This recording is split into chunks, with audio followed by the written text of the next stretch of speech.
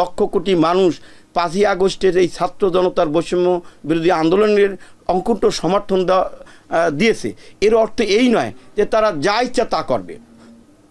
তারা যে ঘোষণাপত্র জুলাই আগস্টের যে ঘোষণাপত্র আগামীকালকে ঘোষণা করা হবে, এই ঘোষণা এইভাবে তারা ঘোষণা করতে পারে না। এটা তাদের একক কৃতিত্ব না। এই কৃতিত্ব আজকে যে ছাত্রটি কালকে ওখানে ঘোষণা করবে, তার বাবাও তো সে আন্দোলনে ছিল। তার বাবা হয়তো ছাত্র না, আমার সন্তান ছিল, এখন আমার সন্তান ওখানে ছাত্র, কিন্তু আমি তো ছাত্র না। এই জন্য আমার কোনো কৃতিত্ব নাই, সাধারণ জনগণের কোনো কৃতিত্ব নাই। আর একটা জিনিস আপনারা ইতিমধ্যে খেয়াল করবেন, বাংলাদেশের এ পর্যন্ত যতগুলো বিপ্লব হয়েছে, যতগুলো গণ অভ্যুত্থান হয়েছে, বিশেষ করে 90-এর গণ অভ্যুত্থান, সেটাও তো ছাত্রদের আন্দোলন ছিল।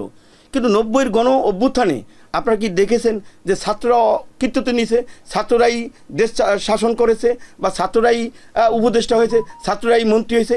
এরকম তো ঘটনা ঘটে নাই। কিন্তু আজকে এটা একটা আমরা আসলে শিক্ষাটা নিলাম না। তারা যেটা বলতে চায়, তারা করতে চায়, এটা তাদের অতিরঞ্জিত বাড়াবাড়ি। এই কারণে কি তারা আজকে হেলিকপ্টার নিয়ে ঘুরবে, তারা রাজনৈতিক দল গঠন করবে, এটা তাদের অধিকার আছে।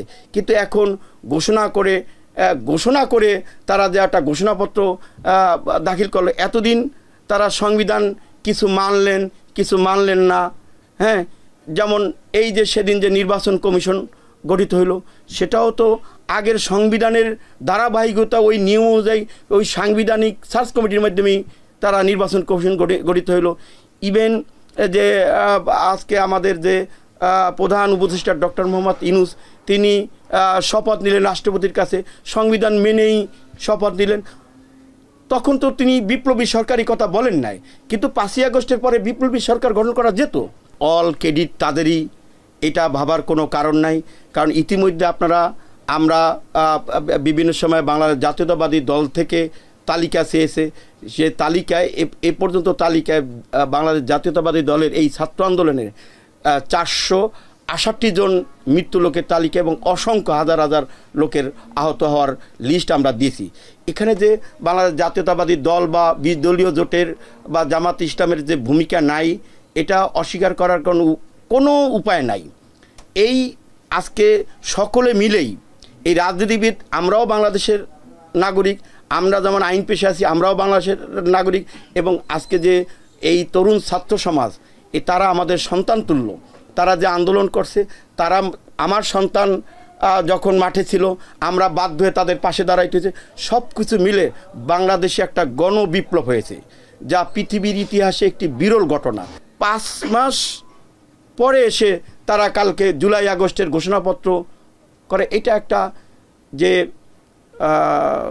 বাংলাদেশের মানুষ যে ভোট দিতে চায়, বা গণতন্ত্রের প্রধান মানুষের মতামত, একটা নির্বাচিত সরকার ভোট দিতে চায়। কিন্তু আপনারা আপনি হয়তো লক্ষ্য করবেন যে এই বর্তমান সরকার এবং ফ্যাসিস্ট সরকারের সাথে একটা জায়গায় মিল পাওয়া যায়। সে মিলটা হইলেই, ফ্যাসিস্ট শেখ হাসিনাও বলতেন, আমি কি নির্বাচন দেব বিএনপি জামাতকে ক্ষমতা আনার জন্যে? এখন এই বর্তমান এই অন্তর্বর্তীকালীন সরকার বলেন, বিপ্লবী সরকার বলেন, বা যেভাবেই তাকে নাম দেন না কেন, তারাও বলতেছে যে এখন নির্বাচন দিলে তো বিএনপি ক্ষমতায় আসবে। আরে ভাই, নির্বাচন দিলে কোন দল ক্ষমতায় আসবে কি আসবে না, এই জন্য একটা দলকে ক্ষমতায় আসার ঠেকানোর জন্য আপনি নির্বাচন দেবেন না। মানুষের তার ভোটের যে রাইটটা, ভোটিং যে রাইট, সে রাইটটা আপনি দিতে দেবেন না। 26 সালে 27 সালে মানুষের চাহিদা কী হয়, সে সংস্কার তো আপনি আজকে বসে করতে পারবো না। এই সংস্কার চলবে। নির্বাচন, একটা সুষ্ঠু অবাধ নিরপেক্ষ নির্বাচন করার জন্যে যে সংস্কার প্রয়োজন, সে সংস্কারের তো অকুণ্ঠ সমর্থন রাজনৈতিক দল এই সমাজের আছে।